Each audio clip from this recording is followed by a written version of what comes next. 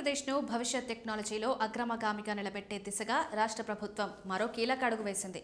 1,00,000 మంది quantum computing నిపుణులను తయారు చేయడమే లక్ష్యంగా ప్రారంభించిన అడ్వాన్స్డ్ క్వాంటమ్ స్కిల్లింగ్ కోర్సుకు అనూహ్య స్పందన లభిస్తోందని ముఖ్యమంత్రి నారా చంద్రబాబు నాయుడు తెలిపారు. ఇప్పటి వరకు ఈ కోర్సుకు దాదాపు 50,000 మంది అభ్యర్థులు నమోదు చేసుకున్నారని ఆయన వెల్లడించారు. ఈ మేరకు సీఎం ఎక్స్ వేదికగా స్పందిస్తూ తన ఆనందాన్ని వ్యక్తం చేశారు.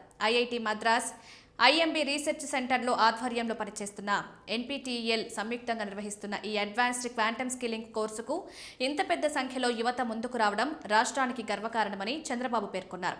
అంతర్జాతీయ ప్రమాణాలకు అనుగుణంగా అత్యుత్తమ నైపుణ్యాలు కలిగిన క్వాంటమ్ కంప్యూటింగ్ నిపుణులను తయారు చేయాలన్న లక్ష్యం దిశగా ఇది ఒక మైలురాయిగా నిలుస్తుందన్నారు. క్వాంటమ్ టెక్నాలజీ రంగంలో దీర్ఘకాలిక పెట్టుబడులు, పరిశోధనలు, ఆవిష్కరణలను ఆంధ్రప్రదేశ్ను గ్లోబల్ గమ్యస్థానంగా మార్చడమే ప్రభుత్వ లక్ష్యమని సీఎం స్పష్టం చేశారు.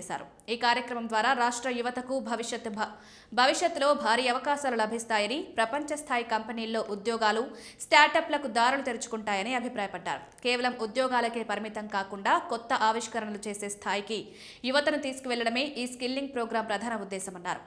ఈ కోర్సులో ప్రతిభ చూపి బంగారు, వెండి పతకాలు సాధించే అభ్యర్థులను స్వయంగా సత్కరించేందుకు ఎదురు చూస్తున్నారని చంద్రబాబు నాయుడు తెలిపారు. భవిష్యత్తులో ఈ కోర్సు పూర్తిగా చేసిన వారే క్వాంటమ్ కంప్యూటింగ్ రంగంలో గ్లోబల్ లీడర్గా ఎదిగే అవకాశాలు మెండుగా ఉన్నాయని ఆయన ఆశాభావం వ్యక్తం చేశారు. క్వాంటమ్ టెక్నాలజీ రంగంలో ఆంధ్రప్రదేశ్ పేరు ప్రపంచ పటంలో వినిపించేలా ప్రభుత్వం అన్ని విధాలా సహకరిస్తుందని సీఎం భరోసా ఇచ్చారు.